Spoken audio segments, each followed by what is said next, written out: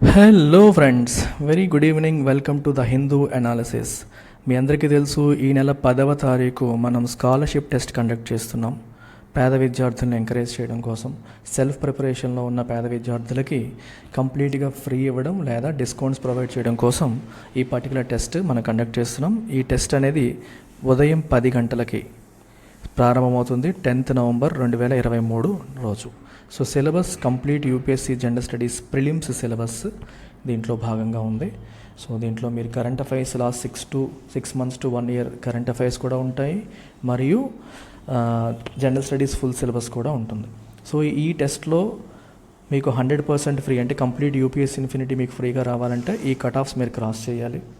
And ఆ cut offs రాకపోయినప్పటికీ discounts కూడా మనం ప్రొవైడ్ చేస్తున్నాం. సో ఈ డిస్కౌంట్స్ కూడా మీరు యూటిలైజ్ చేసుకోవచ్చు. ఫర్దర్ డీటెయిల్స్కి ఈ నెంబర్ మీరు కాంటాక్ట్ చేయొచ్చు. టు రిజిస్టర్ మీరు చేయాల్సిందల్లా ఈ వీడియో యొక్క కామెంట్స్లో మీకు రిజిస్ట్రేషన్ ఫామ్ అనేది ఉంది. Registration form is there in the comment section. దానిపైన క్లిక్ చేసి మీరు రిజిస్టర్ అవ్వాలి, మీ డీటెయిల్స్ ఇవ్వాలి. ఎవరైతే రిజిస్టర్ అవుతారో వాళ్ళకి మాత్రమే టెస్ట్ రాయడానికి అవకాశం అనేది ఉంటుంది. So don't miss this opportunity. Do make use of it and tell your friends also. UPSC aspirants LTX classes YouTube channel follow అవుతున్న యూపీఎస్సీ ఆస్పిరెంట్స్ అందరికీ సువర్ణ అవకాశం. మనం అందిస్తున్న UPSC infinity online UPSC programme పైన మీకు 10,000 రూపీస్ ఫ్లాట్ 10,000 రూపీస్ డిస్కౌంట్ అనేది ఉంది. దీంతోపాటు we are also providing EMI option. అంటే మీరు 10,000 రూపాయల డిస్కౌంటు, దాంతోపాటు ఈఎంఐ ఆప్షన్ కూడా పొందొచ్చు. అంటే 5 ఇన్స్టాల్మెంట్స్లో పే చేసే సువర్ణ అవకాశం మీకు లభిస్తుంది. ఏ డౌట్ ఉన్నా ఈ నెంబర్కి మీరు కాంటాక్ట్ చేయొచ్చు, వివరాలు మీరు కనుక్కోవచ్చు. చాలా మంచి opportunity. Don't miss this. Look at this article. Bihar seeks to raise quota to 65%. Quota అంటే రిజర్వేషన్స్ని 65%కి పెంచాలని బీహార్ ప్రయత్నం చేస్తుంది. After tabling caste survey. So caste census వాళ్ళు కండక్ట్ చేశారు.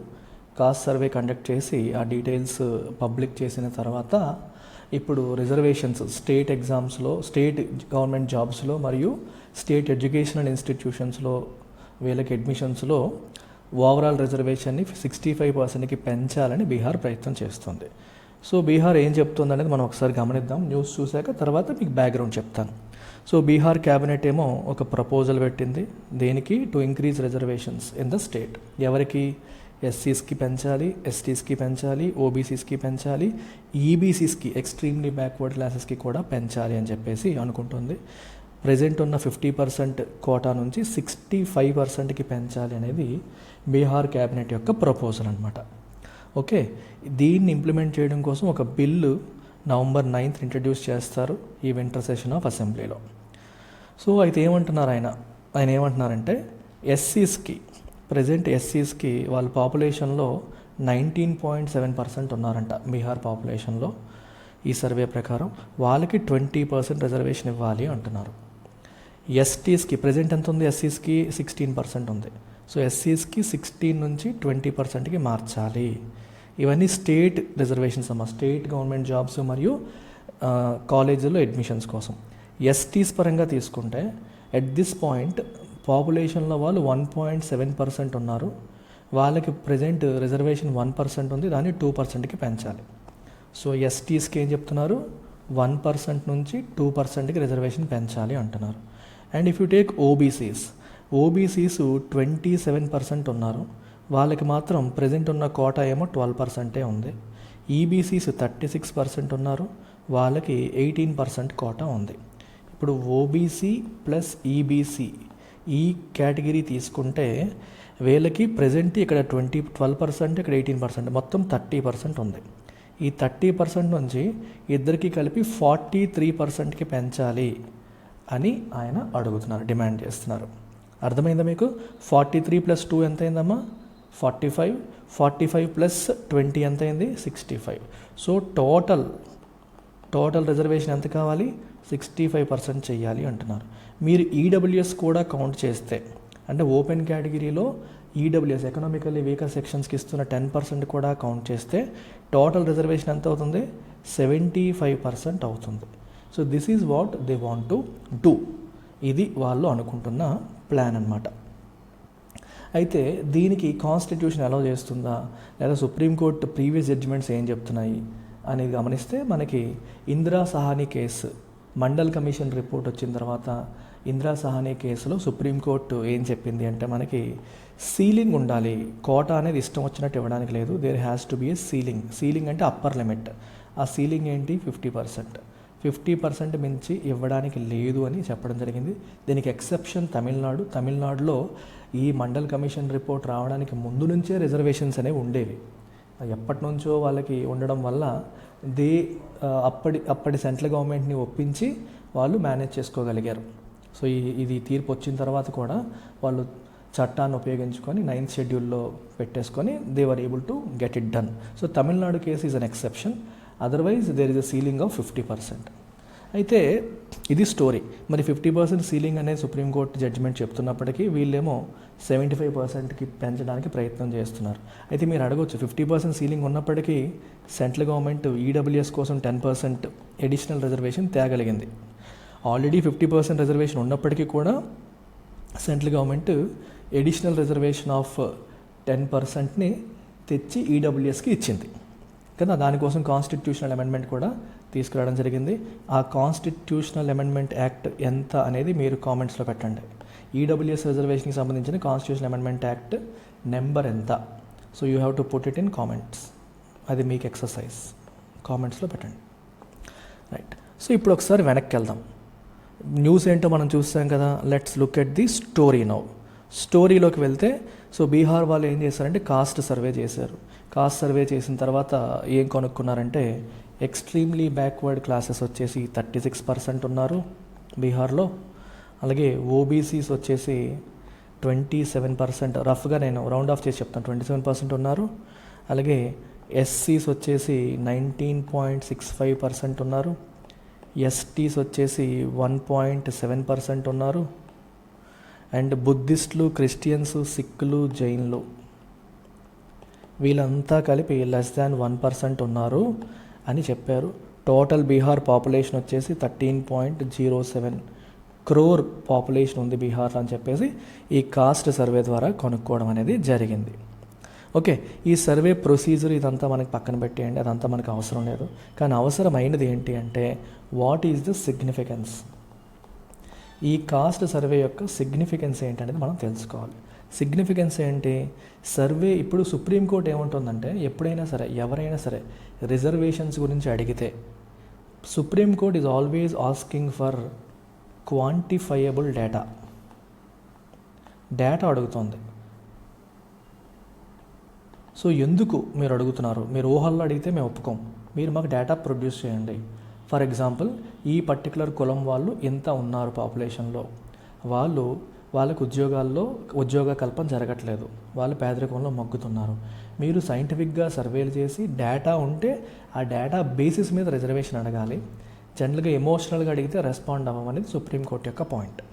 సో ఈ క్వాంటిఫైయబుల్ డేటా ఎప్పుడైతే వస్తుందో ఈ డేటాని బేస్ చేసుకొని ఇప్పుడు మీరు చూడండి, ఇక్కడ ఓబీసీ ప్లస్ ఈబీసీ కలిపి మొత్తం ఎంత అయింది? 63% వచ్చేసింది. 63% ఉన్నారు. కానీ ప్రజెంట్ వీళ్ళకున్న రిజర్వేషన్ అంతా ఓన్లీ 27% కదా. మీరు సెంట్రల్ గవర్నమెంట్ జాబ్స్లో తీసుకుంటే ఓబీసీ రిజర్వేషన్ 27%కే ఉండిపోయింది. ఓకేనా? అండ్ మళ్ళీ దాంట్లో ఈ ఓబీసీల్లో వితిన్ ఓబీసీ ఈబీసీ కోటా పెడుతున్నారు కదా. సో ఇప్పుడు ఇంతమంది ఓబీసీ ప్లస్ ఈబీసీ ఉన్నారు కాబట్టి there will be a clamour అంటే డిమాండ్, ఏ లౌడ్ డిమాండ్, ఒక లౌడ్ డిమాండ్ వస్తుంది.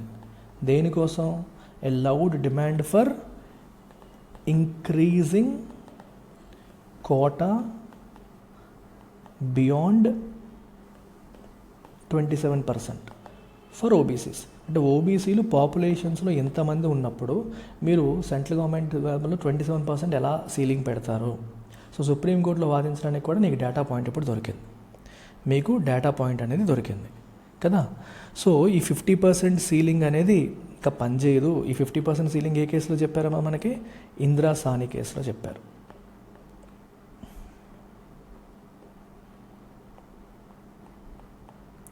Versus Union of India. Union of India ఇది 1992లో వచ్చిన జడ్జిమెంట్ ఇదే.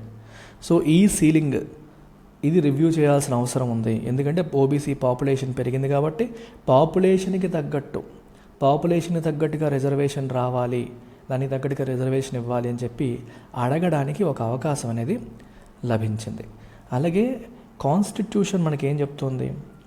Through directive principles of state policy DPSP లేదా పార్ట్ 4 ఆఫ్ ద కాన్స్టిట్యూషన్ ద్వారా మనకేం చెప్తుందంటే ప్రజల అవసరాలు తీర్చాల్సిన బాధ్యత ఎవరిది? ప్రభుత్వానిది.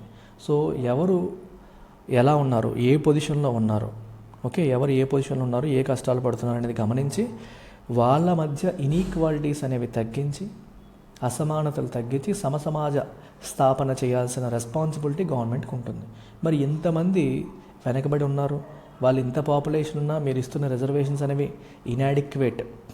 ఇనాడిక్వేట్ రిజర్వేషన్స్ ఉన్నప్పుడు, వాళ్ళకి పాపులేషన్కి తగ్గట్టుగా రిజర్వేషన్స్ అనేవి లేనప్పుడు మనం ఏం చేయాలి? ఆ రిజర్వేషన్స్ పెంచే కార్యక్రమం చేయాలి. అది మనకి కార్యక్రమం చేయాలి అనే ఆలోచన కూడా మనకు వస్తుంది. అంటే ఈ డేటాని యూజ్ చేసుకొని మనం directive principles of state policy చెప్పినట్టు ఇన్ఈక్వాలిటీస్ తగ్గించడానికి ఈ డేటాని బేసిస్గా ఉపయోగించుకొని గవర్నమెంట్ పైన ప్రెజర్ పెట్టడానికి అవకాశం ఉంది, లెజిస్లేచర్ పైన ప్రెజర్ పెట్టడానికి అవకాశం ఉంది, జ్యుడిషియరీ పైన కూడా ప్రెజర్ పెట్టడానికి అవకాశం అనేది ఉంది. అంటే ఈ సెన్సస్ ఎప్పుడు కూడా డైరెక్ట్గా ఎమోషనల్గా మాట్లాడితే జ్యుడిషియరీ రెస్పాండ్ అవ్వదు, లెజిస్లేచర్ రెస్పాండ్ అవ్వదు. The moment you go with data there will be response రావడానికి మనకి అప్పుడు అవకాశం అనేది ఉంటుంది. సో ఇవి మనకి important points as far as this particular news item is concerned. Okay, this is part of your GS paper 2 polity. అయితే ఈ ఆఫర్ అనేది ఓన్లీ యూపీఎస్సీ జనరల్ స్టడీస్కే ఉందా, ఆప్షనల్స్కి ఉందా? ఆప్షనల్స్ పైన కూడా ఆఫర్ ఉంది. ఆప్షనల్స్ ఆఫర్ మీరు చూడొచ్చు. 30,000ది 24,000కి ఇస్తున్నాము. ఎడిషనల్గా ఈఎంఐ ఆప్షన్ కూడా ఉంది. ఒకేసారి పే చేస్తారంటే you can pay by making payment of 22,500 pay చేసి మీరు వెళ్ళొచ్చు. And you get 6,000 rupees off and you also get EMI option. ఓకేనా? మంచి ఆపర్చునిటీ, మిస్ చేసుకోవద్దు. And you also have lifetime validity on this. Look at this beautiful article, a verdict that hampers international law obligations. చాలా important article. It comes under GS paper 3 economy కిందకి అది వస్తుంది. So దీంట్లో మీకు సబ్జెక్ట్లో ఉపయోగపడే కొన్ని ఇంపార్టెంట్ కాన్సెప్ట్స్ టచ్ అవుతూ ఉంటాయి. టచ్ అయినప్పుడల్లా మీకు అదేంటి, దాని మీనింగ్ ఏంటి, దాని కథ ఏంటి అనేది చెప్తాను. జాగ్రత్తగా వినండి. So economy subject, that international లాకి సంబంధించింది, ట్యాక్సేషన్కి సంబంధించింది కాబట్టి కన్ఫ్యూజ్ అవ్వడానికి ఆస్కారం ఎక్కువగా ఉంటుంది. I will try my best to make it easier for you to understand. Okay, so article ఏం చెప్తోంది మనం లైన్ బై లైన్ చదువుకుంటూ వెళ్దాం. సో ఇండియాలో ఫారిన్ ఇన్వెస్టర్స్ ఫేస్ చేసే ప్రధానమైన ప్రాబ్లం ఏంటి అంటే uncertainty in taxation measures. Uncertainty అర్థం ఏంటి? ఒక సర్టెనిటీ లేకపోవడం. ఎవరన్నా ఒక దేశంలో పెట్టుబడి పెట్టాలి అనుకుంటే they expect stable environment. Stable environment అంటే ఊరికే ఎప్పటికప్పుడు రూల్స్ రెగ్యులేషన్స్ మార్చేసే సిస్టమ్ని ఏ ఇన్వెస్టరు ఇష్టపడడు. అంటే ఈరోజు మీ కంట్రీలో ఉన్న సిస్టమ్ అంతా మాకు ఫేవరబుల్గా ఉందా, బాగుంది అని చెప్పి వాళ్ళు ఆలోచించుకొని ఇక్కడ ఇన్వెస్ట్ చేస్తారు. చేసిన కొన్నాళ్ళకి గవర్నమెంట్ రూల్స్ రెగ్యులేషన్స్ మొత్తం అన్నీ ఎప్పటికప్పుడు మార్చేసింది అనుకోండి, వాళ్ళు ఇంతకుముందు తీసుకునే అసంప్షన్స్ అన్నీ పోయినట్టే కదా. అందుకనే ఈ ఇన్వెస్టర్స్ అందరూ ఏం ఆలోచిస్తారంటే స్టేబుల్ ఎన్వైరన్మెంట్ కోరుకుంటారు, అన్సర్టనిటీ ఉండకూడదని కోరుకుంటారు.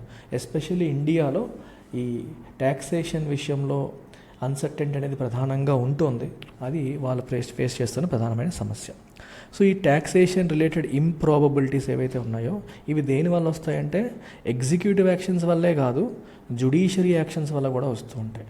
అంటే ప్రభుత్వం తీసుకునే యాక్షన్సే కాదు, జ్యుడిషియరీ కూడా. జ్యుడిషియరీ ఎందుకు అంటే జ్యుడిషియరీ ఒకసారి ఒకలా తీర్పిస్తుంది, ఇంకోసారి ఇంకోలా తీర్పిస్తుంది. అంటే ఒకే అంశం పైన ఒక్కొక్కసారి ఒక్కో రకంగా ఇంటర్ప్రిటేషన్ చేస్తుంది అనుకోండి. అంటే జ్యుడిషియరీ కూడా స్టేబుల్గా లేదు, జ్యుడిషియరీ యాక్షన్స్ కూడా వాళ్ళకి కాన్ఫిడెన్స్ ఇవ్వట్లేదు అనే సిచ్యువేషన్ అనేది క్రియేట్ అవుతుంది. సో దానివల్ల ఏమవుతుంది, it makes doing business in India difficult for foreign players. వాళ్ళందరికీ ఇండియాలో బిజినెస్ చేయడం కష్టమయ్యే సిచ్యువేషన్ వస్తుంది. ఇదంతా దేని గురించి మాట్లాడుతున్నారు? They talking about supreme court of India's recent judgment. ఏ కేసులో? The assessing officer circle international taxation New Delhi versus Nestle SA case. ఈ పర్టికులర్ కేసులో సుప్రీంకోర్టు ఇచ్చిన జడ్జిమెంట్ని క్రిటిసైజ్ చేస్తూ ఆదరి ఆర్టికల్ రాశారు. సో ఆ జడ్జిమెంట్ ఏంటి, కేసు పూర్వాపరాలు ఏంటి, అవన్నీ మనం ఇప్పుడు చూద్దాం. దీంట్లో ఉన్న ఇంప్లికేషన్స్ ఏంటి చూద్దాం. ఈ కేసులో సుప్రీంకోర్టు 11 పిటిషన్స్ని కొట్టేసింది involving corporations such as Nestle and Steria. Okay, అసలు ఏంటి కేసు ఒకసారి చూద్దాం. The critical question in this case was whether the most favored nation clause in tax treaties such as double taxation avoidance agreements that India has signed could be given effect in India without notification for the same under section 90 of the Income Tax Act. అర్థమైందా? చాలా complicated terms వచ్చాయి కదా. ఇక్కడ 2 complicated terms మీరు చూడాలి. ఒకటి MFN, most favoured nation clause ఒకటి. రెండవది ఏంటమ్మా అక్కడ DTAA. DTAA అంటే double taxation avoidance agreement. India చాలా కంట్రీస్తో double taxation avoidance agreements sign చేసింది. ఎందుకు సైన్ చేసింది చూడండి. This provision allows India to sign tax treaties with other countries to avoid an income being tax twice. ఇప్పుడు ఒక company ఉంది. Imagine a company. ఇది కంపెనీ అనుకోండి, ఇది ఇండియా. సో ఇది ఒక foreign nation, let's say France అనుకోండి. సో ఫ్రాన్స్కి చెందిన ఒక కంపెనీ ఇండియాలో బిజినెస్ పెట్టింది. ఫ్రాన్స్కి చెందిన కంపెనీ ఇండియాలో బిజినెస్ పెట్టింది. సో ఇండియాలో బిజినెస్ పెట్టి it has generated income generate చేసింది. సో ఇప్పుడు ఈ ఇన్కమ్ పైన ట్యాక్స్ ఎవరు వేయాలి? ఇండియాలో జనరేట్ అయిన ఇన్కమ్ పైన ట్యాక్స్ ఎవరు వేయాలి? ఇప్పుడు నా కంట్రీలో నువ్వు జనరేట్ చేసావు కాబట్టి నేను వేస్తానని ఇండియా వేసి, నీ మదర్ కంట్రీ ఫ్రాన్స్ కాబట్టి నువ్వు ఇక్కడ కంట్రీ కాబట్టి నీ మదర్ నువ్వు ఉన్నది ఫ్రాన్స్లోనే నువ్వు ఎస్టాబ్లిష్ చేసావు కాబట్టి హెడ్ ఆఫీస్ ఫ్రాన్స్ కాబట్టి నేను వేస్తానని ఫ్రాన్స్ కూడా ఇదే ఇన్కమ్ పైన ట్యాక్స్ వేసింది అనుకోండి. అప్పుడు దాన్ని ఏమంటాం? డబుల్ ట్యాక్సేషన్ అంటాం. We call it double taxation. ఈ డబుల్ ట్యాక్సేషన్ అనేది మంచిదా? కాదు. సో కంపెనీ ట్యాక్స్లు కట్టాలా? డెఫినెట్గా కట్టాలి. కానీ ఒకే ఇన్కమ్ పైన 2 వేరు కంట్రీలు ట్యాక్స్ వేస్తే కంపెనీ చితికిపోతుంది. అందుకని ఇండియా చాలా కంట్రీస్తో డబుల్ ట్యాక్సేషన్ అవాయిడెన్స్ అగ్రిమెంట్స్ని సైన్ చేసుకుంది. సో డబుల్ ట్యాక్సేషన్ అవాయిడెన్స్ అగ్రిమెంట్లో రాసుకుంటారు, ఇప్పుడు మీ కంట్రీకి చెందిన ఒక కంపెనీ మా భారతదేశంలో కార్యకలాపాలు కొనసాగిస్తూ ఉంటే ఇక్కడ జనరేట్ చేసిన ఇన్కమ్ పైన నేను ట్యాక్స్ వేసుకుంటాను. అలాగే మా కంట్రీకి చెందిన కంపెనీ మీ దేశంలో కార్యకలాపాలు కొనసాగిస్తూ ఉంటే అక్కడ జనరేట్ చేసిన ఇన్కమ్ పైన మీరు ట్యాక్స్ వేసుకోండి. ఇది ఒక ఎగ్జాంపుల్. ఈ రకంగా మన కంట్రీ మిగిలిన కంట్రీస్తో అగ్రిమెంట్స్ సైన్ చేసుకుంది. అలాంటి అగ్రిమెంట్స్ని మనం ఏమంటాం? డబుల్ ట్యాక్సేషన్ అవాయిడెన్స్ అగ్రిమెంట్ అంటాం. అయితే ఇక్కడ ఇంకో విషయం కూడా ఉంది. We spoke about one more word called MFN, most favoured nation అన్నది. MFN లేదా మోస్ట్ ఫేవర్డ్ నేషన్ క్లాజ్. ఈ మోస్ట్ ఫేవర్డ్ నేషన్ పేరు వినడానికి ఎలా ఉంది? మోస్ట్ ఫేవర్డ్ నేషన్ అంటే అర్థం ఏంటి? అన్నింటికంటే ఎక్కువ ఫేవర్ చేస్తున్న నేషన్ అంటే ఒక కంట్రీకి ఎక్కువ ఇంపార్టెన్స్ ఇస్తున్నట్టుగా మనకు కనిపిస్తుంది కదా. బేసికల్గా కాదు. MFN clause is a non discriminatory clause. Non discriminatory clause. Non discriminatory అంటే అర్థం ఏంటి? వివక్ష చూపించకూడదు. అంటే ఒక గ్రూపింగ్లో ఉన్న కంట్రీస్లో, అంటే ఒక గ్రూప్కి చెందిన కంట్రీస్లో ఒక కంట్రీకి, ఫర్ ఎగ్జాంపుల్ ఇప్పుడు OECD అని ఒక గ్రూపింగ్ ఉంది. ఈ OECD గ్రూపింగ్లో ఎన్నో కంట్రీస్ ఉన్నాయి. ఇండియా వీటిల్లో ఒక కంట్రీతో double taxation avoidance agreement sign చేసింది, అలాగే ఇంకో కంట్రీతో కూడా చేసింది. ఇప్పుడు ఈ మొదటి కంట్రీతో ఇండియా చేసిన ఈ అగ్రిమెంట్లో లెట్స్ సే ఇండియా సేస్ నేను మీ కంపెనీస్ ఇండియాలో సంపాదించిన ఇన్కమ్ పైన లెట్స్ సే నేను 5% ట్యాక్స్ వేస్తాను అని వాళ్ళకి ఛాన్స్ ఇచ్చింది అనుకోండి. Then as per MFN clause India must extend the same benefit to other members of the group also. అంటే అందరినీ ఒకేలాగా చూడాలి. పేరుకి మోస్ట్ ఫేవర్డ్ నేషన్, పేరుకి మాత్రమే మోస్ట్ ఫేవర్డ్ నేషన్, కానీ ఆ క్లాజ్ ఏం చెప్తుందంటే డిస్క్రిమినేట్ చేయకూడదు. ఒక కంట్రీకి మీరు ఎలాంటి ట్రీట్మెంట్ ఇచ్చారో మిగిలిన కంట్రీస్కి అటువంటి ట్రీట్మెంటే, అంటే అదే గ్రూప్లో ఉన్న మిగిలిన కంట్రీస్ కూడా అటువంటి ట్రీట్మెంటే ఇవ్వాలని చెప్పే క్లాజ్నే మోస్ట్ ఫేవర్డ్ నేషన్ క్లాజ్ అని చెప్పి అంటాం. సో ఈ మోస్ట్ ఫేవర్డ్ నేషన్ క్లాజ్ మీరు గుర్తుపెట్టుకోవాలి. డబుల్ ట్యాక్సేషన్ అవాయిడెన్స్ అగ్రిమెంట్ అంటే ఏంటనేది ఇప్పుడు మీకు ఆల్రెడీ ఎక్స్ప్లెయిన్ చేశాను, ఇది గుర్తుపెట్టుకోవాలి. ఈ అగ్రిమెంట్స్లోనే ఈ క్లాజ్ గురించి మెన్షన్ చేస్తూ ఉంటారు. ఈ రెండు మీరు మైండ్లో పెట్టుకోండి. స్టోరీలోకి వెళ్దాం. అండ్ ఈ కంప్లీట్ సెంటెన్స్ అర్థం చేసుకోవడానికి ప్రస్తుతానికి ప్రయత్నం చేయొద్దు, నేను ఎక్స్ప్లెయిన్ చేస్తాను, ఇది మళ్ళీ వస్తుంది. ఇప్పుడు స్టోరీలోకి వెళ్ళిపోదాం. ఇప్పుడు చూడండి, నేను చెప్పింది ఇక్కడ రిపీట్ అవుతూ ఉంటుంది, చూస్తూ ఉండండి. ఇండియాస్ బైలేటరల్ అంటే రెండు దేశాల మధ్య జరిగే ఈ డబుల్ ట్యాక్సేషన్ అవాయిడెన్స్ అగ్రిమెంట్స్ ఎవరితో సైన్ చేసింది? మనం నెదర్లాండ్స్తో సైన్ చేసాం, ఫ్రాన్స్తో సైన్ చేసాము, అలాగే స్విట్జర్లాండ్తో కూడా మనం సైన్ చేసి ఉన్నాం. ఈ 3 కంట్రీస్ కూడా ఓఈసీడీలో మెంబర్స్. ఈ అగ్రిమెంట్స్ ప్రకారం ఏముంది అంటే మనకి imposing a 10% with holding tax అంటే అర్థం ఏంటి?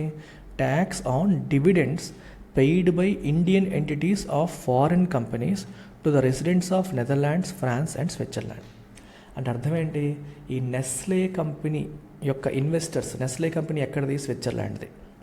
నెస్లే కంపెనీ స్విట్జర్లాండ్ కంపెనీ కదా, స్విస్ మల్టీనేషనల్. సో ఈ స్విట్జర్లాండ్కి చెందిన నెస్లే కంపెనీ ఇన్వెస్టర్స్ ఎక్కడ ఉంటారు? స్విట్జర్లాండ్లో ఉంటారు. అంటే ఈ కంపెనీలో పెట్టుబడి పెట్టిన వాళ్ళు, ఆ కంపెనీ షేర్స్ కొనుక్కున్న వాళ్ళు. సో కంపెనీకి ఇన్కమ్ వచ్చినప్పుడల్లా కంపెనీ ఏం చేస్తుంది? కంపెనీ యొక్క పెట్టుబడిదారులు, ఇన్వెస్టర్స్కి డివిడెండ్స్ రూపంలో, ప్రాఫిట్లో కొంత పోర్షన్ డివిడెండ్ రూపంలో షేర్ హోల్డర్స్కి డిస్ట్రిబ్యూట్ చేస్తుంది. అయితే ఆ డివిడెండ్స్ పైన ఫర్ ఎగ్జాంపుల్ ఒక 10,000 కోట్లు లేదా 1,000 కోట్ల రూపాయలు డివిడెండ్స్ రూపంలో డిస్ట్రిబ్యూట్ చేయాలని నెస్లే డిసైడ్ అయ్యిందనుకోండి, దానిపైన ఇండియా విత్ హోల్డింగ్ ట్యాక్స్ అనేది విధిస్తుంది. అంటే మీ ఆ 1,000 కోట్లలో 10% అంటే 100 కోట్లు ఇండియాకి మీరు ట్యాక్స్ రూపంలో కట్టాలి. కట్టేసి రిమైనింగ్ 900 కోట్లు మీరు మీ వాళ్ళకి ఇచ్చేయచ్చు. దాన్నే విత్ హోల్డింగ్ ట్యాక్స్ అంటారు. A tax on dividends paid by Indian entities of foreign companies. అంటే అర్థం ఏంటి? నెస్లే యొక్క ఇండియన్ ఎంటిటీ అంటే నెస్లే ఇండియా ఎవరికి పే చేస్తుంది? తన దేశంలో ఉన్న తన ఇన్వెస్టర్స్కి పే చేసే డివిడెండ్స్లో 10% గవర్నమెంట్ ఆఫ్ ఇండియాకి కట్టేసి వెళ్ళాలి. That is part of DTAA. మన డబుల్ ట్యాక్సేషన్ అవాయిడెన్స్ అగ్రిమెంట్లో రాశారు. సో ఈ ఇన్కమ్ పైన, అంటే ఇండియాలో జనరేట్ అయిన ఈ ఇన్కమ్ పైన మరి స్విట్జర్లాండ్ వాళ్ళు మళ్ళీ ట్యాక్స్ వేయరు. ఎందుకంటే స్విట్జర్లాండ్తో మనం సైన్ చేసుకున్నాం కాబట్టి. ఇండియా వేసింది కాబట్టి స్విట్జర్లాండ్ అదే ఇన్కమ్ పైన అదే తరహా ట్యాక్స్ వేయదు. అది పాయింట్. అయితే ఈ డిటిఏఎస్లో ఒక ఎంఎఫ్ఎన్ ప్రావిజన్ కూడా ఉంది. ఎంఎఫ్ఎన్ అంటే ఏంటో మీకు చెప్పాను, ఇక్కడ చూడండి మళ్ళీ రాశారు. సో ఎంఎఫ్ఎన్ ప్రావిజన్ ఏం చెప్తోంది?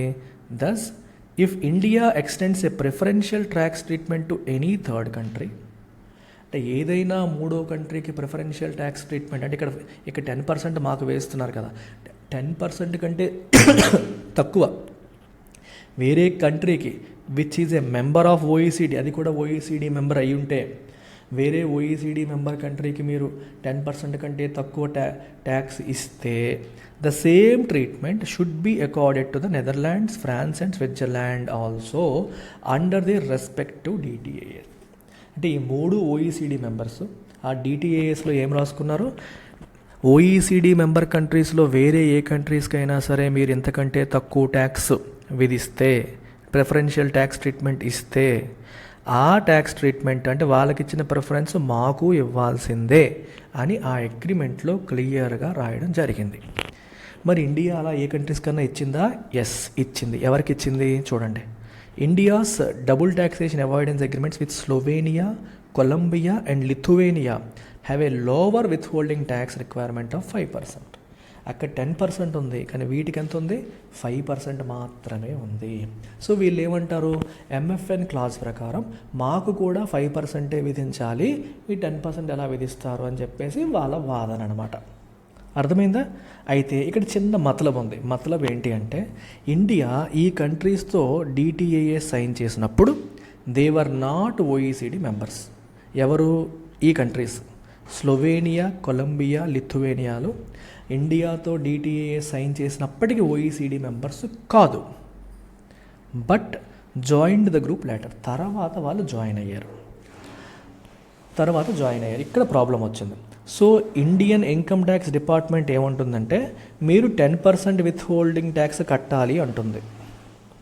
ఈ నెస్లే ఈ కంపెనీస్ ఏమంటున్నాయంటే, మేము 5% కడతాము అంటున్నాయి.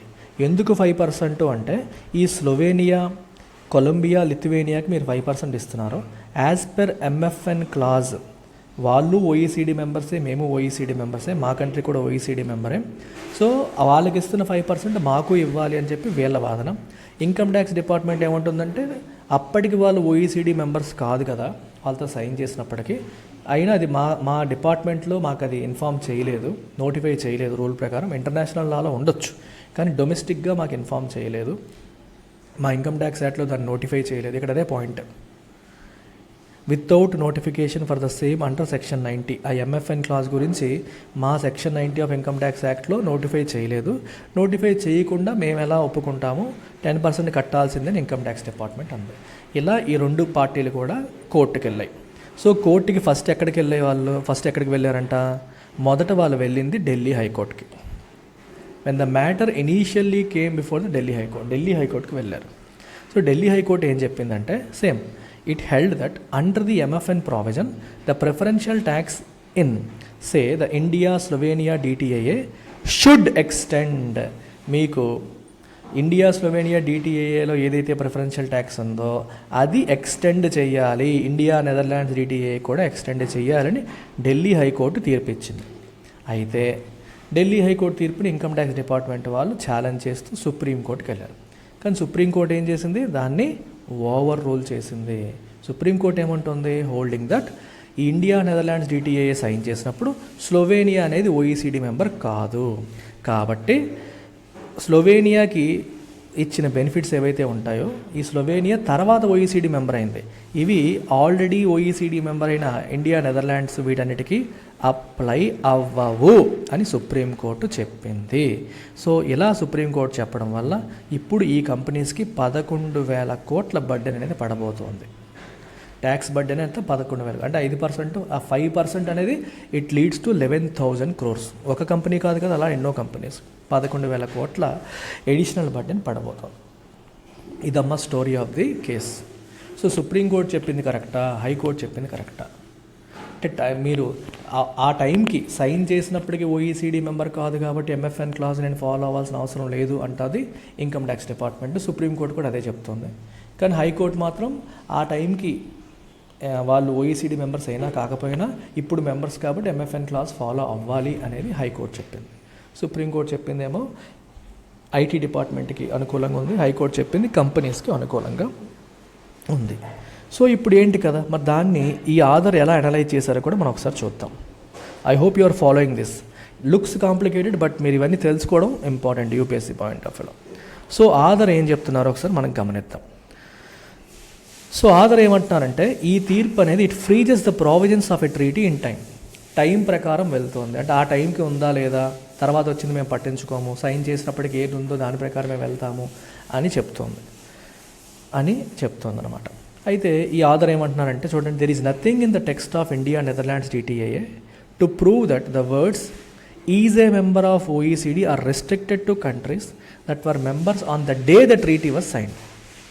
ఈయనేమంటారు, మీకు ఇండియా నెదర్లాండ్స్ లేదా ఇండియా స్విట్జర్లాండ్స్ వాళ్ళ మధ్య ఉన్న ఈ డబుల్ ట్యాక్సేషన్ అవాయిడెన్స్ అగ్రిమెంట్లో ఏం రాశారంటే ఎనీ అదర్ మెంబర్ ఆఫ్ ఓఈసీడీకి ఏ బెనిఫిట్స్ అయితే ప్రిఫరెన్షియల్ ట్రీట్మెంట్ ఇస్తే మాకు అది ఇవ్వాలి అని చెప్పి రాసుకున్నారు. కానీ అది ఎక్కడా కూడా ఈ అగ్రిమెంట్ సైన్ చేసినప్పటికీ ఓఈసీడీ మెంబర్స్ ఎవరున్నారో వాళ్ళకే, తర్వాత వచ్చిన వాళ్ళకి కాదు అని ఎక్కడా రాయలేదు. మీకు అర్థమవుతుందా? ఆ సమయానికి మెంబర్స్ అయిన కంట్రీస్ గురించే, తర్వాత ఎవరైనా మెంబర్స్ అయితే వాళ్ళకి అప్లై అయ్యేది మాకు అప్లై అవ్వాలని ఎక్కడా రాయలేదు. ఓకేనా, పలానా టైంకి అని చెప్పి ఎక్కడా రాయలేదు అని చెప్పేసి ఆధార్ అంటున్నారు. కానీ మన టాప్ కోర్ట్ సుప్రీంకోర్టు ఏం చేసిందంటే డొమెస్టిక్ ఇంటర్ప్రిటేటివ్ టెక్నిక్స్ని వాడింది to interpret a term in the international treaty.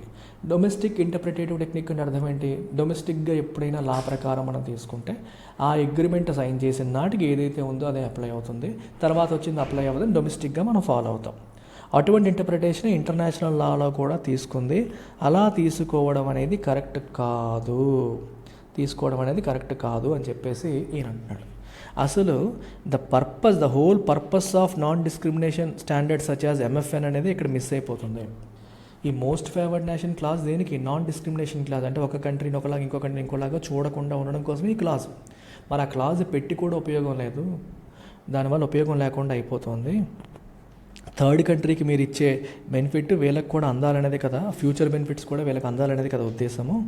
అది లేకుండా చేసేస్తున్నారు మీరు. అది రాంగ్ ఇంటర్ప్రిటేషన్ అనేది ఆధార్ యొక్క ఉద్దేశం.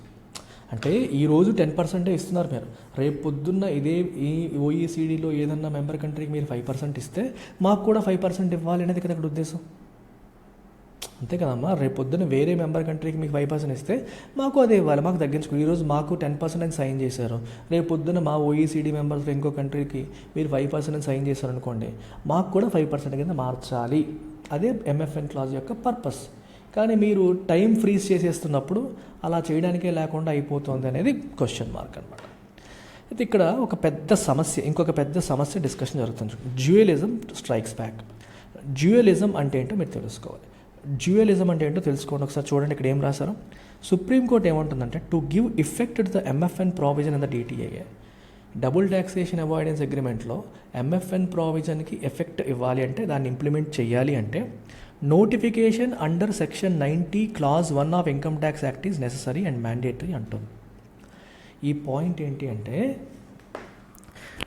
మనకి డబుల్ ట్యాక్సేషన్ అవాయిడెన్స్ అగ్రిమెంట్ అనేది భారతదేశం ఇంకొక కంట్రీతో చేసిన అగ్రిమెంట్. ఇది ఒక ఇంటర్నేషనల్ లా, అంటే వేరే దేశంతో మనం సైన్ చేసుకున్న అగ్రిమెంట్, ఇంటర్నేషనల్ లా అది. ఆ ఇంటర్నేషనల్ లాలో ఉన్న ఎంఎఫ్ఎన్ క్లాజ్ని ఇంప్లిమెంట్ చేయాలి అంటే మన డొమెస్టిక్ యాక్ట్ అయిన ఇన్కమ్ ట్యాక్స్ యాక్ట్ని కూడా దానికి తగ్గట్టుగా మాడిఫై చేయాలి. ఆ ఎంఎఫ్ఎన్ క్లాజ్కి ఎఫెక్ట్ ఇచ్చేలాగా డొమెస్టిక్ యాక్ట్ని మాడిఫై చేయాలి అని సుప్రీంకోర్టు చెప్తుంది. అంటే ఇంటర్నేషనల్ లాని మన దేశంలో యాజ్ ఇట్ ఈజ్గా ఇంప్లిమెంట్ చేయలేము, దానికి తగ్గట్టు డొమెస్టిక్ లాలో ఎనేబ్లింగ్ లెజిస్లేషన్ చేయాలి అనే పాయింట్ ఇక్కడ వస్తుంది. దీన్నే డ్యూయలిజం అంటాం. చూడండి తర్వాత ఏం రాశారు. Thus the court advocated the doctrine of dualism, wherein international law is not enforceable domestically till it is transformed into municipal law through enabling. ఇది చాలా ఇంపార్టెంట్ పాయింట్. ఈ పర్టికులర్ జడ్జిమెంట్లో కోర్టు ఏం చెప్తుంది, డ్యూయలిజం ఫాలో అవుతుంది. అంటే ఇంటర్నేషనల్ లా అనేది డొమెస్టిక్గా మనం implement చేయలేము until it transforms into municipal law through enabling legislation. అంటే ఆ చట్టాన్ని ఇండియాలో ఇంప్లిమెంట్ చేసేలాగా ఇంకొక చట్టం లోకల్గా తీసుకురావాలి.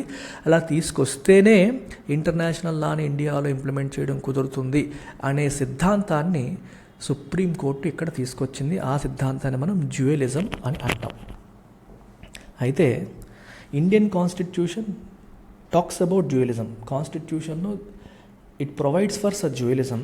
కానీ Supreme Court has moved away from this principle toward the monist tradition of incorporating international law in the domestic legal regime if it is not explicitly incorporated provided the international law is not inconsistent with domestic law. అంటే అర్థం ఏంటి, ఇప్పటి వరకు Supreme Court డ్యూయలిజమే follow అయిందా? No, Supreme Court ఇప్పటి వరకు dualism follow అవ్వలేదు. సుప్రీంకోర్టు ఏం ఫాలో అయింది, మోనిస్టిక్ ట్రెడిషన్ ఫాలో అయింది. అంటే అర్థం ఏంటి అంటే, ఇంటర్నేషనల్ లాలో ఏదైతే రాసి పెట్టారో దాన్ని డొమెస్టిక్గా కూడా ఇంప్లిమెంట్ చేయాలి. ఎప్పుడు ఇంప్లిమెంట్ చేయకూడదంటే, ఆ ఇంటర్నేషనల్ లాలో చెప్పింది డొమెస్టిక్ లాకి వ్యతిరేకంగా ఉంటే, అంటే దానికి ఆపోజిట్గా ఉన్న ఇంకొక డొమెస్టిక్ లా కానీ దానికి ఆపోజిట్గా మన కాన్స్టిట్యూషనల్ ప్రిన్సిపల్స్ ఉంటే ఇంప్లిమెంట్ చేయకూడదు.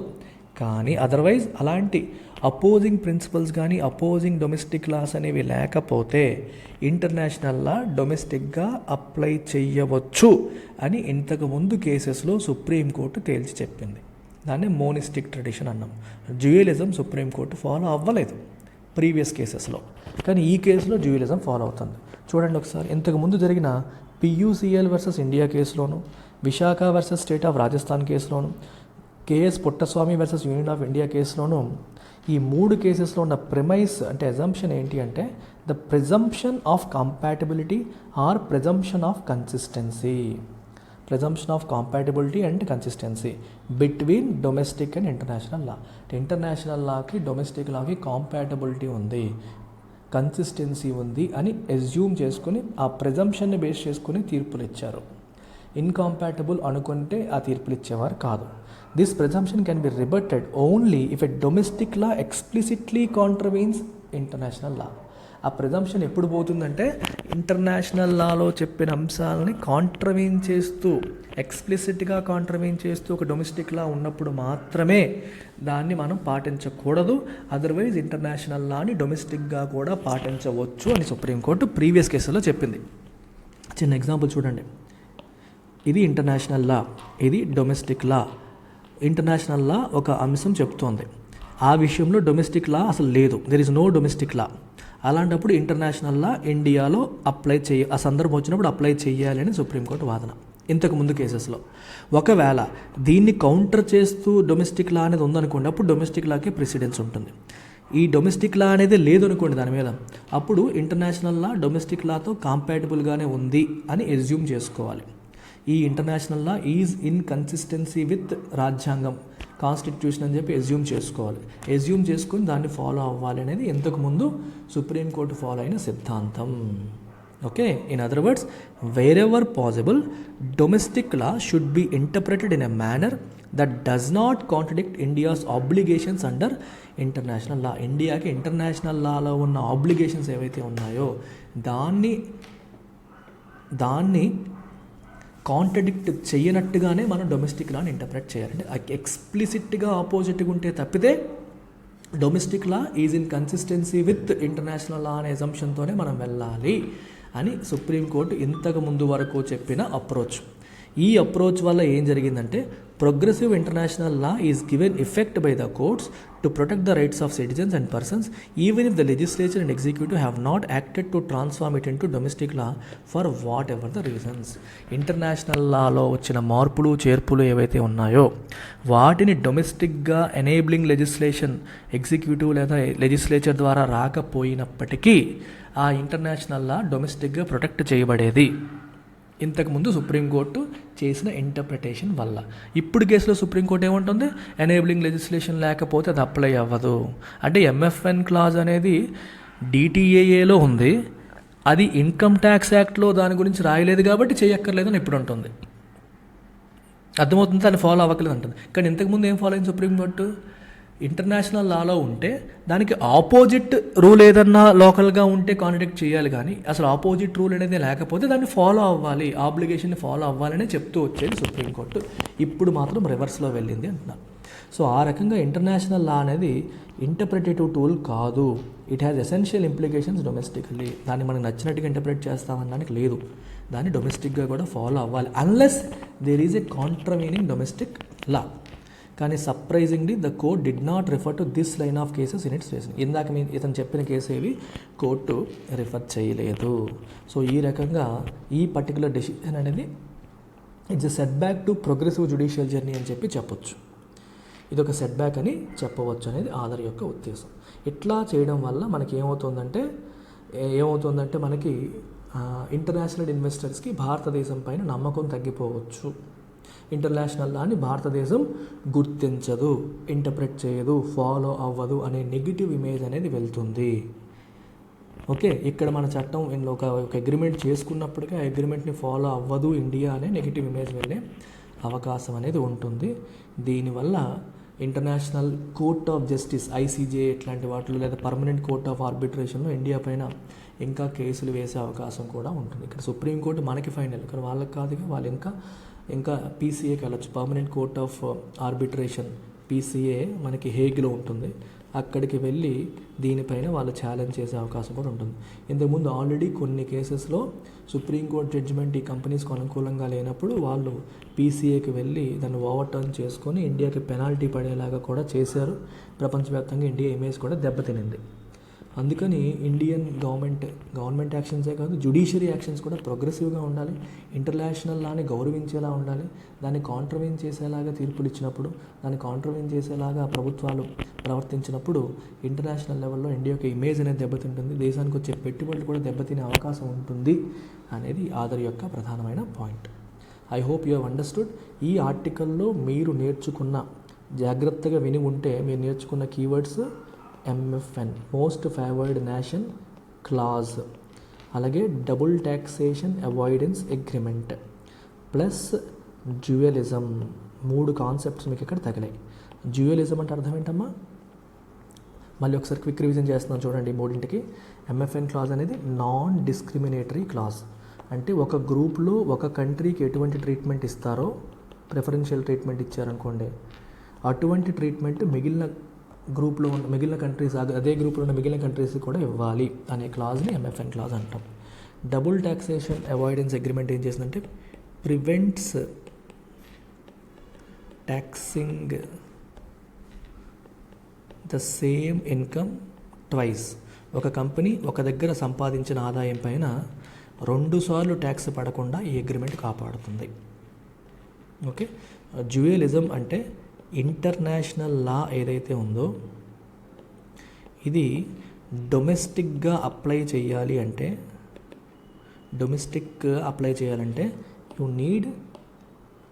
యూ నీడ్ ఎనేబిలింగ్ లెజిస్లేషన్ అనేది అవసరము. ఎనేబిలింగ్ లెజిస్లేషన్ అనేది అవసరం అని చెప్తున్న పాయింట్ డ్యూయలిజం. అంటే డైరెక్ట్గా అప్లై అయిపోదు, ఆ లాకి ఎఫెక్ట్ ఇచ్చేలాగా డొమెస్టిక్ లాస్ని మాడిఫై చేయాలి, దాన్ని ఎనేబిలింగ్ లెజిస్లేషన్ అంటాం. అట్లా ఉంటే కానీ డొమెస్టిక్గా అది అప్లై అవ్వదు అనే భావజాలం డ్యూయలిజం. ఓకేనా, ఇవి ఇక్కడ మీకు టచ్ అయిన concepts. I hope you have understood them.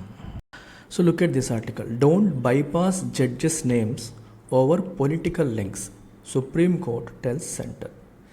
Political లింక్స్ని బేస్ చేసుకొని వాళ్ళ యొక్క నేమ్స్ని మీరు బైపాస్ చేయొద్దు. బైపాస్ చేయడం అంటే అర్థం ఏంటి? ఒక వ్యక్తిని, ఒక జడ్జిని ట్రాన్స్ఫర్ చేయమని కావచ్చు, వాళ్ళని ప్రమోట్ చేయమని కావచ్చు. సుప్రీంకోర్టు కొలీజియం ఇచ్చిన రికమెండేషన్స్ని సెంట్రల్ గవర్నమెంట్ యాక్షన్ తీసుకోకుండా, అంటే వాళ్ళకు అనుకూలంగా ఉన్న వాళ్ళకి ట్రాన్స్ఫర్ అంటే వెంటనే ఓకే ఉంటుంది, ప్రమోషన్ అంటే వెంటనే ఓకే ఉంటుంది. లేదా మన అపోజిషన్ పొలిటికల్ పార్టీకి వీళ్ళు ఎఫిలియేటెడ్ అనిపిస్తే వాళ్ళ విషయంలో సైలెంట్ అయిపోతుంది, బైపాస్ చేస్తుంది. అట్లా చేయొద్దు అని సుప్రీంకోర్టు సెంటర్కి చెప్తుంది. చూడండి, it made it clear that centre not to selectively bypass people recommended by the collegium for judicial appointments merely for their political connections or for defending a case against the government in court.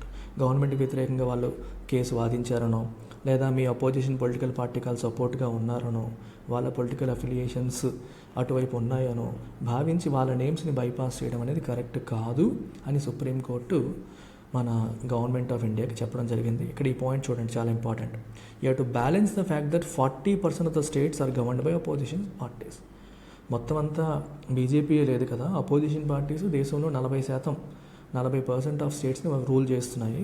So there will be people who have affiliation towards different political parties. వాళ్ళ political అఫిలియేషన్కి, వాళ్ళ ప్రమోషన్స్కి, వాళ్ళ ట్రాన్స్ఫర్స్కి సంబంధం ఏంటి అని supreme court అంటుంది. So ఈ article comes under GS paper 2 polity and we have to దీని బ్యాక్గ్రౌండ్ వచ్చేసి మనకి కొలీజియం సిస్టమ్ గురించి మనం తెలుసుకోవాలి. So will talk about the background now. Collegium సిస్టంలో ఉన్న ఇష్యూస్ ఏంటి ఇవన్నీ కూడా మనం మాట్లాడదాం ఇప్పుడు.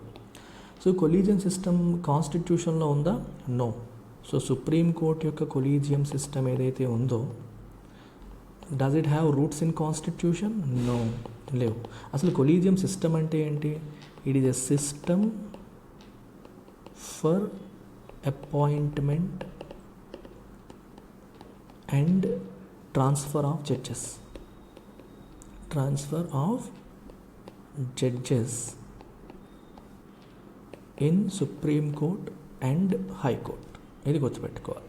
అయితే ఇది కాన్స్టిట్యూషన్లోనూ లేదంటున్నాము, ఇది ఒక అపాయింట్మెంట్ అండ్ ట్రాన్స్ఫర్ సిస్టమ్ అంటున్నాం. మరి కొలీజియం సిస్టమ్ ఎలా ఎవాల్వ్ అయింది అనే ప్రశ్న వస్తుంది. సో ఎట్లా ఎవాల్వ్ అయింది అంటే మనకి through a series of cases called first judges case, second judges case and third judges case.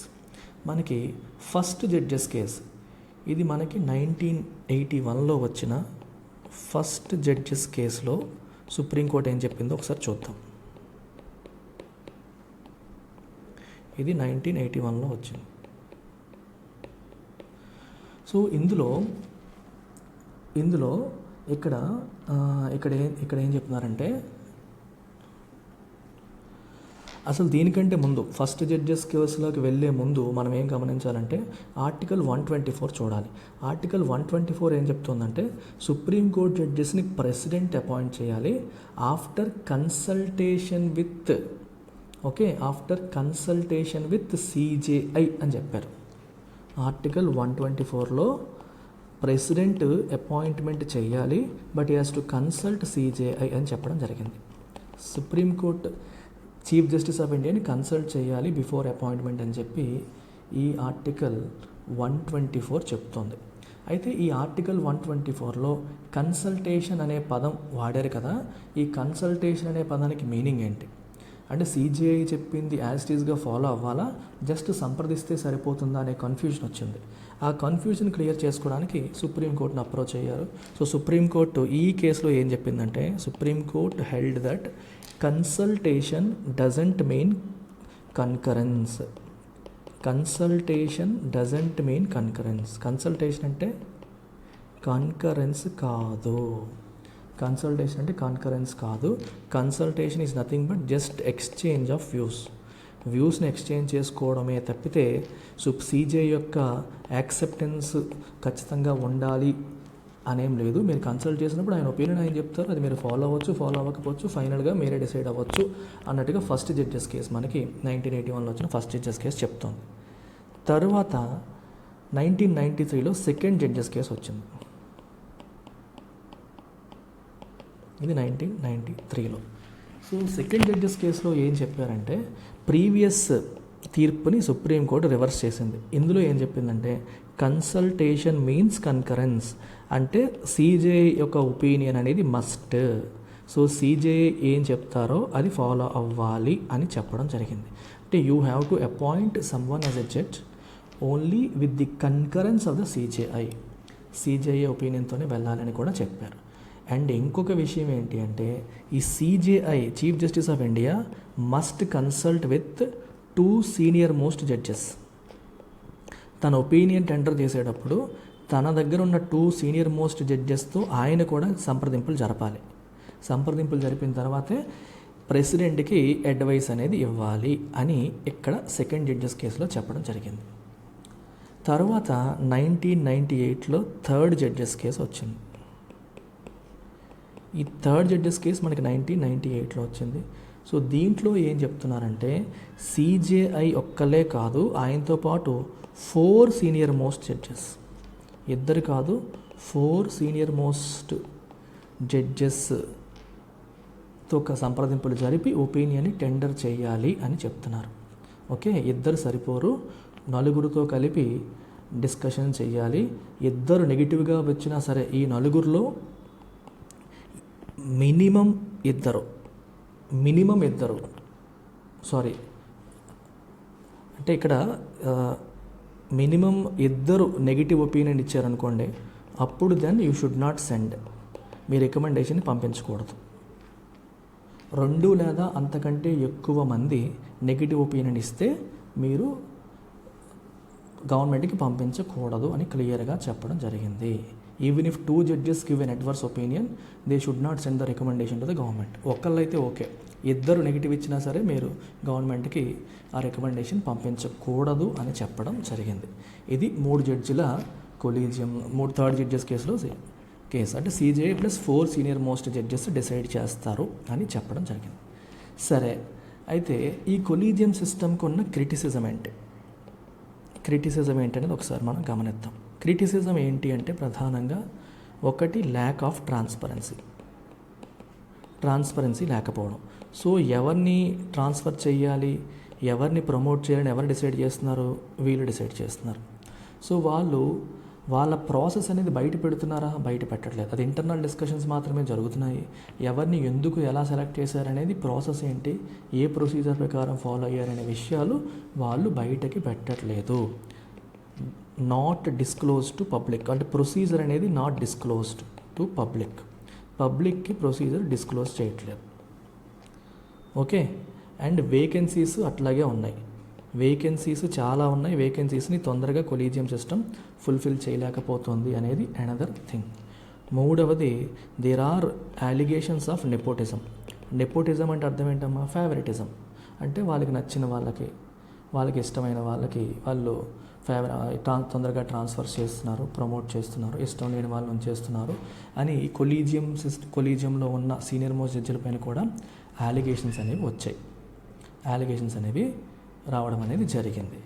And ఇంకొక క్రిటిసిజం ఏంటంటే lack of representation of women. Women representation అని లేకుండా పోయింది. ఇప్పుడు సీనియర్ మోస్ట్ జడ్జెస్ అని అందులో ఉమెన్ ఉండొచ్చు, మెన్ ఉండొచ్చు. ఎక్కువ మంది మెన్ ఉంటే అసలు ఉమెన్ రిప్రజెంటేషన్ లేని పరిస్థితి కూడా మనకు వస్తుంది కదా. దిస్ ఈజ్ అనదర్ ఇష్యూ అనమాట. ఇది ప్రాబ్లం, ఇవి క్రిటిసిజం.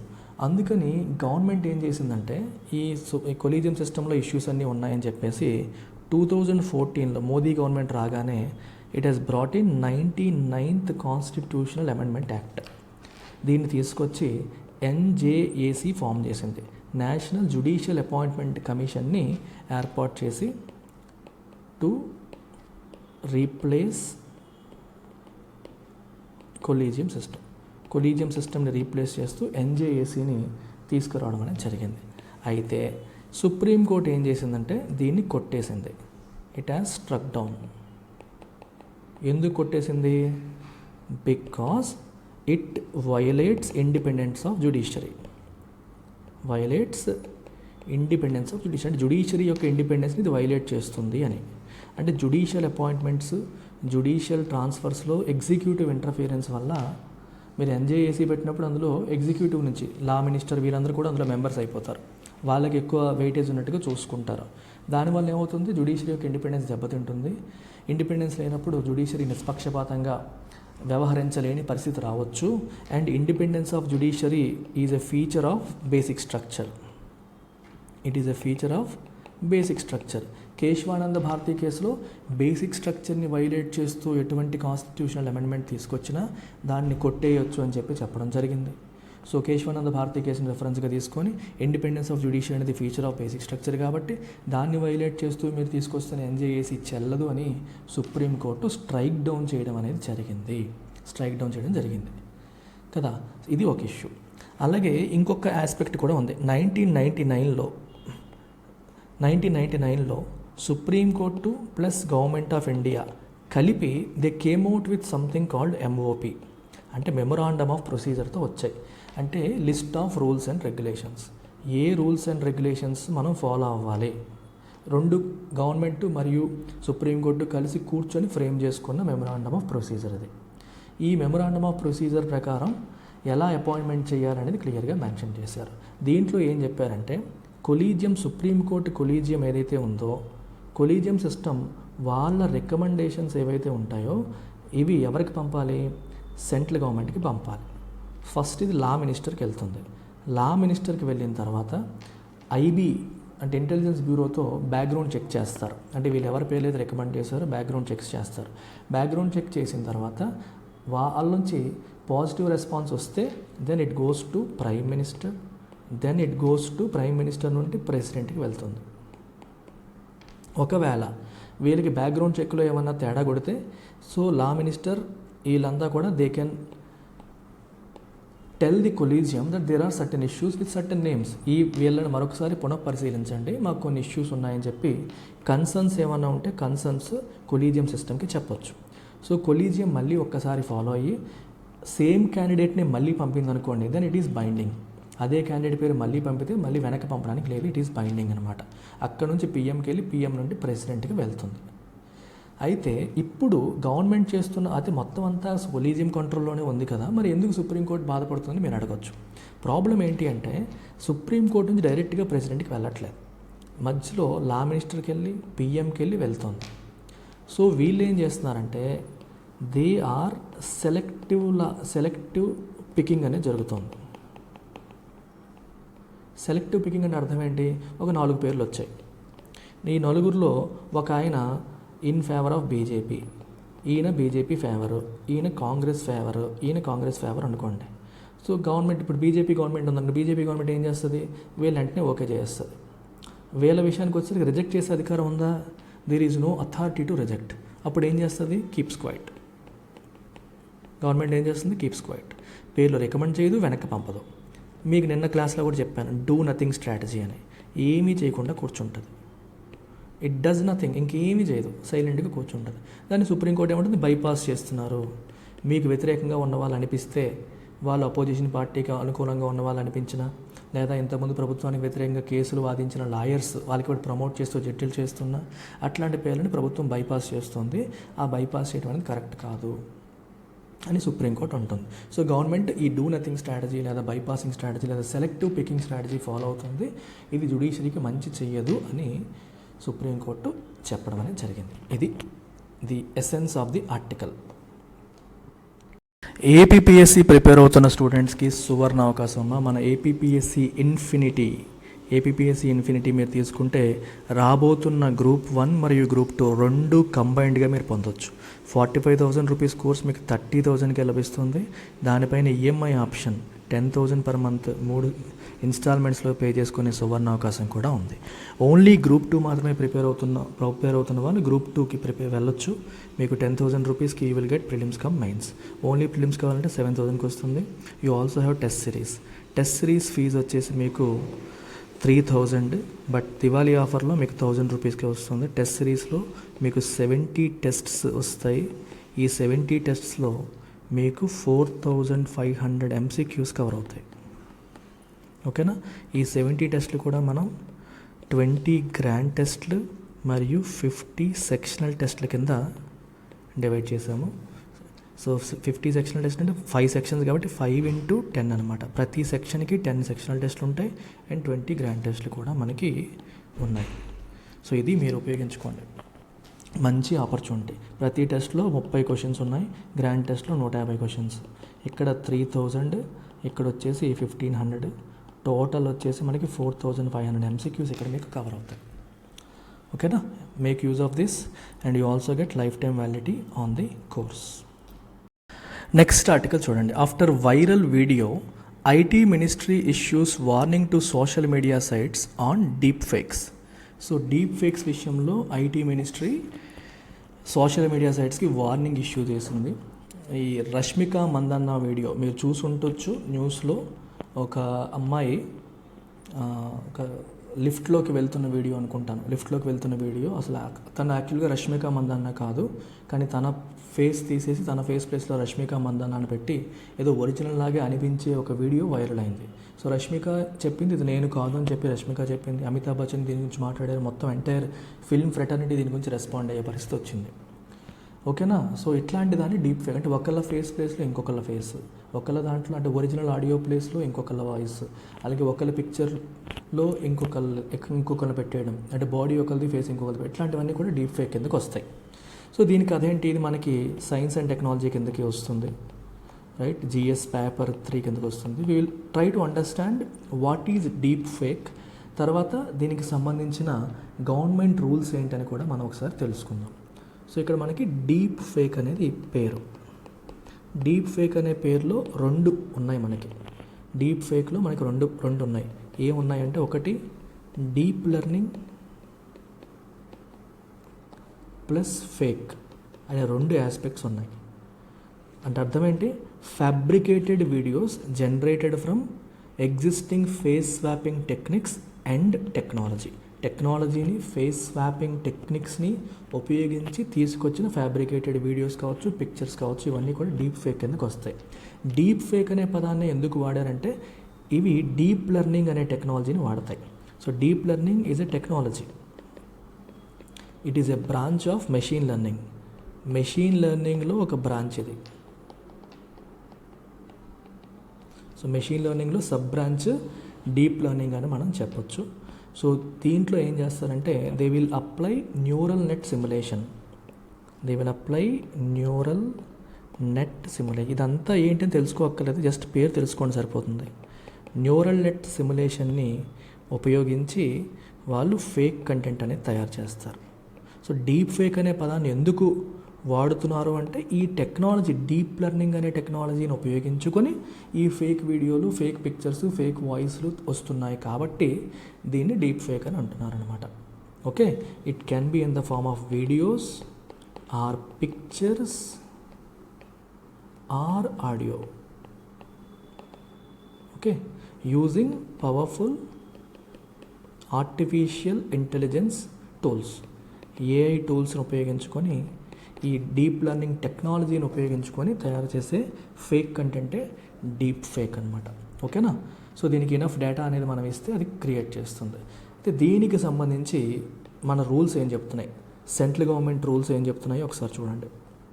దీనికి సంబంధించిందంతా కూడా మనకి ఎక్కడ ఉంది అంటే ఇన్ఫర్మేషన్ టెక్నాలజీ యాక్ట్ సెక్షన్ 66Dలో దీనికి సంబంధించి మెన్షన్ చేయడం అనేది జరిగింది. సో ఎప్పుడైనా సరే ఇఫ్ సమ్వన్ డస్ ఇంపర్సనేషన్ అంటే ఒకళ్ళ ఫేస్ని ఇంకొకరు వాడడం, ఒకళ్ళలాగా ఇంకొకరు ప్రవర్తించడం. నేనే అంటే నువ్వు ఆర్జీవీ కాదు, నువ్వు ఆర్జీవీ అన్నట్టుగా డీప్ ఫేక్ను వాడేసి నువ్వు ఏదో వాగేసి ఆర్జీవీ వాడేయడం చెప్పడం, ఎట్లా అని ఇంపర్సనేషన్ అంటాం. సో ఇంపర్సనేషన్ అనేది ఒక crime. As per this impersonation అనేది ఒక క్రైమ్. ఇది మీరు కంప్యూటర్ రిసోర్సెస్ ద్వారా మీరు చేస్తే దీనికి శిక్ష కూడా క్లియర్గా చెప్పారు. శిక్ష ఏంటి అంటే 3 years వరకు అప్ టు 3 years ఇంప్రిజన్మెంట్ లేదా జైలు శిక్ష plus or up to 1 lakh fine. 1 lakh వరకు ఫైన్ కూడా విధించే అవకాశం కూడా ఉంది. అండ్ మినిస్ట్రీ ఏం చెప్పిందంటే అన్ని సోషల్ మీడియా ప్లాట్ఫామ్స్కి, ఫేస్బుక్, ఇన్స్టాగ్రామ్, యూట్యూబ్ అన్నిటికీ కూడా ఇట్లాంటి మిస్లీడింగ్ కంటెంట్, ఈ డీప్ ఫేక్స్ అనేవి ఒకవేళ మీ సోషల్ మీడియా ప్లాట్ఫామ్స్లో జనరేట్ అయితే ఈ ఇంటర్మీడియట్స్ అనేవి ఏం చేయాలి, వితిన్ 24 hours వాటిని తీసేయాలి. వితిన్ 24 hours వాటిని they have to take down చేయాలని చెప్పడం కూడా జరిగిందనమాట. ఓకేనా. So social media platforms are required to take down the content within 24 hours of such receipt of complaint. 24 hours of receipt of complaint వచ్చిన 24 hours లోపు remove చేయాలని mention చేయడం జరిగింది. This is the story of this article. మీరు గుర్తుపెట్టుకోవాల్సింది information technology act section 66D. So ఈ ఆర్టికల్లో మీకు ఈ డేటా అనేది మనకి ఇవ్వడం జరిగిందనమాట. ఇక్కడ 36 hours అని చెప్పారు అండ్ ఇండియన్ ఎక్స్ప్రెస్లో 24 hours అని మెన్షన్ చేయడం జరిగింది. ఇట్స్ ఓకే, ఎనీవే 24 or 36 అనేది చిన్న confusion, but otherwise this is the story of the article.